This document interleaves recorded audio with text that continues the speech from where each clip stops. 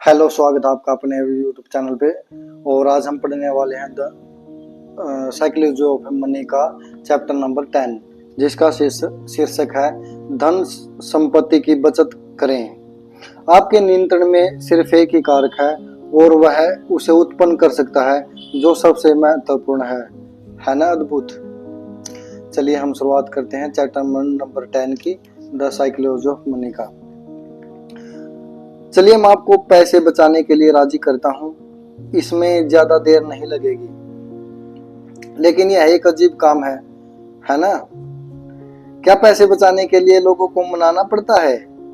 मेरा मानना है हाँ, बहुत से लोगों को मनाना पड़ता है। एक नियत आय के बाद लोग मुख्यतः इन 3 समूहों में आते हैं, जो बचत करते हैं, जिन्हें नहीं लगता कि वो बचत कर सकते हैं, जिन्हें लगता है कि उन्हें बचत की जरूरत ही नहीं। यह बाकी के 2 समूहों के लिए है। पहला विचार सरल लेकिन जो आसानी से अनदेखा हो जाता है, यह है कि संपत्ति निर्मित करने का संबंध आपकी आय या निवेश प्रतिफल से कम और आपकी बचत दर से अधिक होता है। दक्षता की शक्ति के बारे में एक कहानी। 1970 में ऐसा लग रहा था कि विश्व में सारा तेल खत्म होने वाला है। हिसाब अधिक कठिन नहीं था। वैश्विक अर्थव्यवस्था में तेल खपत बहुत अधिक थी। वैश्विक अर्थव्यवस्था विकसित हो रही थी और जितना तेल हम खुदाई करके निकाल सकते थे वह कम पड़ रहा था। शुक्र है कि तेल का खात्मा नहीं हुआ, लेकिन ऐसा इसलिए नहीं है कि हमें अधिक तेल मिल गया या फिर हमने बेहतर ढंग से तेल की खुदाई करना सीख लिया। तेल संकट पर विजय पाने का सबसे बड़ा कारण यह था कि हमने ऐसी कारें, फैक्ट्रियां और घर बनाना शुरू कर दिए जो पहले की तुलना में अधिक ऊर्जा दक्ष थे। यूनाइटेड स्टेट्स 1950 के मुकाबले अब प्रति डॉलर 60% कम ऊर्जा का इस्तेमाल करता है। सड़क पर चलने वाली सभी गाड़ियों का औसत मील प्रति गैलन 1975 से अब तक 2 गुना हो चुका है और 1989 की फोर्ड टॉरस सेडान का औसत 18 mpg था। 2019 की से भी सब अर्बन जो बहुत अधिक बड़ी का औसत 18.1 mpg है। विश्व ने अपनी ऊर्जा को बढ़ाकर विकसित नहीं की, बल्कि अपनी ऊर्जा की खपत को घटाकर की। यूएस का तेल और गैस उत्पादन 1975 में से 65% बढ़ चुका है, जबकि उस ऊर्जा के साथ जो हम कर सकते हैं संरक्षण और दक्षता उसे दोगुना हो चुके हैं। इसलिए यह देखना आसान है कि क्या अधिक महत्वपूर्ण रहा है। यहाँ पर महत्वपूर्ण बात यह है कि अधिक ऊर्जा ढूंढना हमारे नियंत्रण के बाहर है और अनिश्चितता से घिरा हुआ है, क्योंकि यह सही भूविज्ञान, भूगोल, मौसम और भू राजनीति के नाजुक मिश्रणों पर निर्भर करता है। लेकिन जो ऊर्जा हम इस्तेमाल करते हैं उसमें अधिक दक्ष होना हमारे नियंत्रण में है। एक हल्की कार खरीदना या फिर बाइक चलाना आपके हाथ में है और 100% रूप से दक्षता के रूप में सुधार ला सकता है। हमारे धन पर भी यही लागू होता है। निवेश प्रतिफल आपको अब अमीर बना सकते हैं, लेकिन कोई निवेश कार्यनीति काम करेगी या नहीं, कब तक काम करेगी या मार्केट साथ देंगे या नहीं, यह हमेशा शंकास्पद रहता है। परिणाम अनिश्चितता से घिरे रहते हैं। व्यक्तिगत बचत और मितव्ययिता वित्त का संरक्षण और दक्षता संपत्ति के समीकरण के विभाग हैं जो अधिक रूप से आपके नियंत्रण में हैं और भविष्य में भी 100% उतने ही प्रभावशाली होंगे जितने आज हैं। अगर आप सोचते हैं कि संपत्ति विकसित करने के लिए कि और अधिक धन और निवेश की प्रतिफल की आवश्यकता होगी, आप उतने ही निराशावादी बन जाएंगे जितने 1970 में वे ऊर्जा के अंत में विश्वास करने वाले थे। आगे बढ़ने का पथ और कठिन और आपके नियंत्रण के बाहर नजर आए। अगर आप इसे अपनी मितव्ययिता और दक्षता से संचालित होता देखेंगे तो आपको अपनी नीति साफ नजर आएगी। संपत्ति बस संचित अवशेष है जो आपके खर्च के बाद बचती है, और क्योंकि आप बिना ऊंची आय के भी संपत्ति विकसित कर सकते हैं, लेकिन बिना उच्च बचत दर के संपत्ति जोड़ने का कोई मौका नहीं रखते। यह बिल्कुल स्पष्ट है कि क्या अधिक महत्व रखता है। महत्वपूर्ण रूप से संपत्ति का मूल्य आपकी आवश्यकताओं के सापेक्ष है। मान लीजिए आपकी और मेरी शुद्ध संपत्ति बराबर है और मान लीजिए कि आप मुझसे बेहतर निवेशक हैं और मैं 8% प्रति वर्ष की दर से कमाता हूं और आप 12% की दर से कमाते हैं। लेकिन मैं अपनी संपत्ति को लेकर अधिक दक्ष हूँ। कहिए कि मुझे एक सुखी जीवन बिताने के लिए उसमें से बस आधे पैसे की जरूरत है, जबकि आपकी जीवन शैली आपकी बढ़ती संपत्ति के साथ उसे मेल खाती रहती है। मैं आपसे अधिक समृद्ध रहूंगा, बावजूद इसके कि मैं आपसे खराब निवेशक हूँ। मुझे अपने निवेश में कम प्रतिफल के बावजूद अधिक लाभ मिलेगा। आय के लिए भी यही लागू होता है। कम संपत्ति के साथ खुश रहना सीखने से आप क्या चाहते हैं, आपको पास क्या है, उसके बीच एक अंतर नियमित हो जाता है। ठीक वैसे ही जैसे आपका वेतन बढ़ने से होता है, लेकिन उससे आसान तरीके से और आपके अधिक नियंत्रण में है। एक उच्च बचत आय का मतलब यह भी है कि आपका खर्च सामान्य से कम होगा, और कम खर्च का मतलब है कि आपकी बचत अधिक होगी तब की तुलना में जब आप अधिक पैसा खर्च करते होंगे। अब इसे संदर्भ में समझिए कि वार्षिक निवेश के 0.1% बेहतर प्रदर्शन को प्राप्त करने के लिए कितना समय और प्रयत्न लगता है कि लाखों घंटों का अनुसंधान, व्यवसाय और करोड़ों डॉलर का प्रयास। और यह समझना बहुत ही आसान है कि प्रभावी रूप से क्या अधिक महत्वपूर्ण है और अनुकरण योग्य है। ऐसे भी पेशेवर निवेशक हैं जो सप्ताह में 80 घंटे कड़ी मेहनत करते हैं ताकि 1% का 10वां हिस्सा अपने प्रतिफल में जोड़ सके, जबकि उनके वित्त में 2 या 3% ऐसे हैं जो जीवन शैली के कारण है और कम प्रयास से बावजूद वे काबू में किए जा सकते हैं। बड़े निवेशक प्रतिफल और अच्छी आय अद्भुत है जब उन्हें प्राप्त किया जा सके, और कुछ लोग उन्हें प्राप्त कर सकते हैं। लेकिन यह तथ्य है कि वित्त समीकरण के एक और इतना अधिक प्रयत्न और दूसरी ओर बहुत कम अधिकतर लोगों के लिए एक अवसर है। आय के एक निश्चित स्तर के बाद आपको बस वह चाहिए जो आपके अहंकार के नीचे हो। मूलभूत चीजों की आवश्यकता सबको होती है। जब वे पूरी हो जाती है, आरामदेह मूलभूत आवश्यकताओं का एक और सत्र होता है, और उसके बाद वे मूलभूत आवश्यकताएं होती हैं जो आरामदेह, मनोरंजक और शिक्षात्मक भी हों। लेकिन भौतिकवाद के एक सत्र के आगे बढ़कर खर्च करना आपकी आय की ओर पहुंचते आपके अहंकार को प्रतिबिंबित करता है। पैसे खर्च करने का वह तरीका जिससे लोगों को यह पता चल सके कि आपके पास पैसा है या था, इसे इस नजर से देखिए। और बचत को बढ़ाने का सबसे शक्तिशाली उपाय आय को बढ़ाना नहीं है, बल्कि अपनी विनम्रता को बढ़ाना है। जब आप बचत को अपनी आय और अहंकार के बीच के अंतर के रूप में देखेंगे तो आप समझ पाएंगे कि अच्छी आय वाले इतने लोग आखिर ज्यादा बचत क्यों नहीं कर पाते।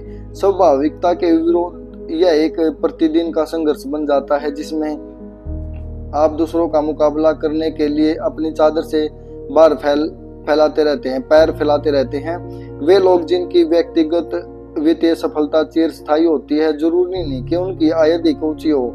उनकी प्रवृत्ति कुछ ऐसी होती है कि दूसरे लोग उनके बारे में क्या सोचते हैं इस बात से उन्हें कोई फर्क नहीं पड़ता। अतः लोगों को बचत करने की क्षमता जितना वे सोचते हैं उससे अधिक उनके नियंत्रण में होती है। कम खर्च करके बचत की जा सकती है। अगर आपकी कामनाएं कम हो तो आप पैसा भी कम खर्च करेंगे, और आपकी कामनाएं कम रहेंगी अगर आप इस बारे में कम परवाह करेंगे कि दूसरे लोग आपके बारे में क्या सोचते हैं। जैसा कि मैंने इस किताब के तर्क में किया है कि धन संपत्ति वित्त से अधिक मनोविज्ञान पर निर्भर करती है, और आपको बचत करने के लिए किसी खास कारण की जरूरत नहीं होती। कुछ लोग घर के अग्रिम भुगतान, नई कार या सेवानिवृत्ति के लिए बचत करते हैं। यह बहुत अच्छी बात है वाकई, लेकिन बचत करने के लिए हमें किसी विशेष वस्तु को खरीदने के उद्देश्य की आवश्यकता नहीं होती। आप सिर्फ बचत करने के उद्देश्य से बचत कर सकते हैं, और वास्तव में आपको ऐसा करना भी चाहिए, सभी को करना चाहिए। किसी विशेष उद्देश्य के लिए बचत करने का मतलब एक पूरा अनुमानित संसार में बनता है, लेकिन हमारा संसार ऐसा नहीं है। बचत सबसे खराब क्षण में आपको बोचक्का कर देने वाली जीवन की अपरिहार्य क्षमता के विरुद्ध एक ढाल है। बचत का एक और लाभ जो खर्च करने के उद्देश्य से संबंधनीय है, वह हमने अध्याय 7 में देखा, अपने समय पर नियंत्रण प्राप्त करना। पैसा जिस प्रत्यक्ष सम्मान को खरीद सकता है उसे सभी जानते हैं। अप्रत्यक्ष पहलू को समझना कठिन है, इसलिए यह अक्सर अज्ञात रह जाता है। लेकिन संपत्ति के अप्रत्यक्ष लाभ हमारे सुख को बढ़ाने में कहीं अधिक मूल्यवान और सक्षम सिद्ध हो सकते हैं, बजाय उनका कि जो प्रत्यक्ष वस्तुओं के जो हमारी बचत का स्पष्ट रूप से लक्ष्य होती हैं। खर्च करने के उद्देश्य के बगैर की गई बचत आपको विकल्प और नियमता के साथ साथ प्रतीक्षा करने की क्षमता और सही विकल्प दबोचने का अवसर प्रदान करती है। यह आपको सोचने के लिए समय देती है। यह आपको अपनी खुद की शर्तों पर रास्ता बदलने की क्षमता देती है। बचत का हर एक छोटा भाग भविष्य के एक बिंदु को अधिकृत कर उसे अपने आप को देने जैसा है जिसका मालिक कोई और हो सकता था। यह नियमता और अपने समय पर नियंत्रण संपत्ति के अदृश्य प्रतिफल के समान है। बैंक में नकद पर कितना प्रतिफल होता है जो आपको कैरियर बदलने, जल्दी सेवानिवृत्त होने या चिंता से मुक्त प्रदान करता है, कहूंगा कि यह बेहिसाब है। यह दो कारणों से बेहिसाब है। यह इतना बड़ा और महत्वपूर्ण है कि हम इसका मूल्य नहीं लगा सकते, लेकिन यह वस्तुतः बेहिसाब है। हम ब्याज दरों की तरह इसका हिसाब नहीं लगा सकते जिसे हम माप नहीं सकते और अनदेखा कर देते हैं। जब आपके समय पर नियंत्रण नहीं होता, आपको अपनी ओर आने वाले हर दुर्भाग्य को स्वीकार करना पड़ता है। लेकिन अगर आपके पास नियमता है तो आपके पास अच्छे अवसरों के खुद आपकी ओर चलकर आने का समय होगा। यह आपकी बचत का एक अदृश्य प्रतिफल है। बैंक में हुई बचत जो 0% ब्याज देती है एक असाधारण प्रतिफल उत्पन्न कर सकती है अगर वे आपको वह नियमता प्रदान कर सके जिससे आप कम आय लेकिन उद्देश्यपूर्ण रोजगार चुन सके या फिर निवेश अवसरों के लिए प्रतीक्षा कर सके। जब नियमता रहित लोग बेचैन हो जाते हैं और वह अदृश्य प्रतिफल बहुत महत्वपूर्ण होता जा रहा है। पहले अत्यधिक स्थानीय हुआ करता था। इतिहासकार रॉबर्ट गार्डन के अनुसार कुछ 100 वर्ष पहले तक 75% अमेरिकियों के पास न तो टेलीफोन थे और न ही नियमित मेल सेवा। इसके कारण प्रतिस्पर्धा अत्यधिक स्थानीय हुआ करती थी। औसत बुद्धिमत्ता वाला व्यक्ति कोई कर्मी अपने कस्बे में सर्वश्रेष्ठ हो सकता था और उन्हें सर्वश्रेष्ठ समझा भी जाता था क्योंकि उन्हें दूसरे कस्बे में किसी अधिक होशियार कर्मी के साथ मुकाबला नहीं करना पड़ता था। अब यह बदल चुका है। एक अत्यधिक संयुक्त विषयों का मतलब है कि वह प्रतिभा का सागर जिसमें आप प्रतियोगिता करते हैं वह आपके कस्बों से सैकड़ों और हजारों से विश्व भर में फैले लाखों करोड़ों में पहुंच चुका है। यह विशेषकर उन रोजगारों के लिए एकदम सच है जो आपकी मांसपेशियों के बजाय आपके दिमाग पर निर्भर करते हैं। अध्यापन, मार्केटिंग, विश्लेषण, कंसल्टिंग, लेखांकन, प्रोग्रामिंग, पत्रकारिता और यहाँ तक कि औषधि भी वैश्विक प्रतिभा सागर में स्पर्धा करते हैं। अधिक क्षेत्र इस वर्ग के अंतर्गत आते जाएंगे जैसे जैसे डिजिटाइजेशन विश्व की सीमाओं को मिटाता जाएगा। जैसे सॉफ्टवेयर विश्व को खा रहा है। उद्यम पूंजीपति मार्क एंड्री ने कुछ इस तरह इसका वर्णन किया। जैसे जैसे आपकी प्रतिस्पर्धा कई सीमा विस्तृत होती जा रही है, एक प्रश्न जो आपको खुद से पूछना चाहिए वह यह है कि मैं कैसे दूसरों से बेहतर हूँ, मैं होशियार हूँ। इस सवाल का जवाब एक बहुत ही खराब जवाब है क्योंकि दुनिया में बहुत से होशियार लोग हैं। प्रति वर्ष लगभग 600 लोग सेट्स में सफल होते हैं, अन्य 7000 लगभग उसके नजदीक आते हैं। एक सार्वभौमिक विश्व में जहाँ विजेताओं को सब मिलता है, ये लोग आपके सीधे प्रतिद्वंदी हैं। बुद्धिमत्ता इस विश्व में इतना विश्वास तो लाभ नहीं है जो इतना जड़ चुका है, लेकिन नियमता एक ऐसे विश्व में जहाँ बुद्धिमत्ता अत्यधिक संयुक्त है और बहुत से पुराने तकनीकी कौशल स्वचालित हो चुके हैं। सब लाभ सूक्ष्म और व्यवहार कौशल को मिलती है जैसे संचार कौशल, संवेदना और शायद सबसे अधिक नियमता। अगर आप में नियमता है, अगर आप अच्छे अवसरों की प्रतीक्षा करते हैं अपने करियर में भी और निवेश में भी, आपके लिए आवश्यकता अनुसार एक नया कौशल सीखने की संभावना अधिक है। आपके मन में उन प्रतिद्वंदियों के साथ होड़ करने की चाह कम होगी जो वह कर सकते हैं जो आप नहीं कर सकते, और आपके पास अपनी खुद की गति के अनुसार अपनी अभिलाषा और स्थान ढूंढने की अधिक छूट होगी। आप एक नई दिनचर्या, एक धीमी गति ढूंढ सकेंगे और जीवन के बारे में अलग धारणाओं के साथ सोच पाएंगे।